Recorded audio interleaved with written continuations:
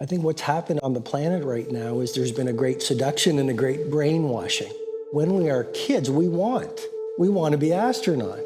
We want to be billionaires. We want to be history makers. We want to do all our dreams. We stand in awe and wonder, and we're full of curiosity, and we're loving, and we're passionate, and we're strong. We're not afraid to be ourselves.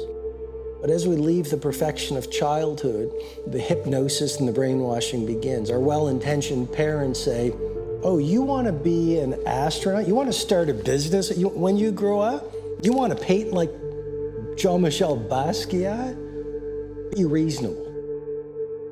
Our parents give us limitation based on their limited psychology and their emotional patterns that they learn from their parents. Then we go to school and we're taught to live in a box, think in a box, dress like everyone else. Don't sing too loudly, don't dream too big, don't be too passionate. And then our peers do the same thing to us. And then society says, genius is the realm of genetics, not everyday people, which has been dismissed by some very good science. I think what's happened is, as we've left who we truly are, we've contracted. And now it's all about staying safe in the world versus going out there and letting our primal genius shine. And a lot of people just have stuffed that pain of disappointment and their doubt really deep inside.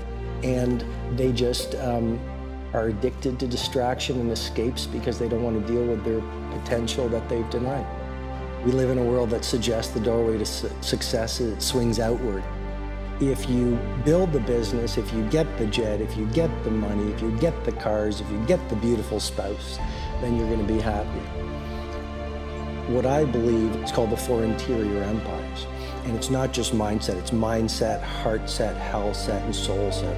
And I worked on those four interior empires when I was a very unhappy litigation lawyer. Like, I'd made money, I was successful, I had 2 law degrees, and yet I'd wake up every morning, Tom, and I'd go into the bathroom mirror and I'd look at myself and I was a completely empty person.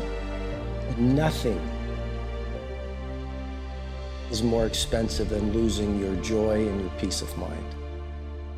And so what I did was I started working on myself. I worked on my mindset and I read all the books and I went to the courses, but that's only your psychology. And I think that's one of the missing links in our field, which is everyone's talking about mindset. But mindset is just your belief system. It's just your psychology. It's very important, but that's 25% of the personal mastery equation. I believe the second piece is your heart set, and I worked on that. Purifying your heart. That's your emotionality, not just your psychology. You're never going to make history dominate your domain and handcraft a world-class life if you've got a great psychology, but you're carrying the pain and sadness, disappointment, and trauma of the past. So I worked on my heart set, but that's only the second interior empire. The third interior empire, your health set. Don't die. If you want to change the world, dead people don't change the world. So health set. Biohacking. There's a whole chapter on recovery and the essentialness of sleep. So really getting your health set right, but there's a fourth interior empire that I worked on that allowed me to go out in the world and pursue my magic. It's a little dangerous for me to share it because I know how many business people, follow you and how many entrepreneurs, but I'm going to share it because it's my truth. So it's not just mindset, and it's not just heart set, and it's not just health set, it's soul set. And soul set has nothing to do with religion. Soul set is about working on your character. So you re-access your nobility and your bravery and your authenticity and your decency. And you find a cause that's larger than your life.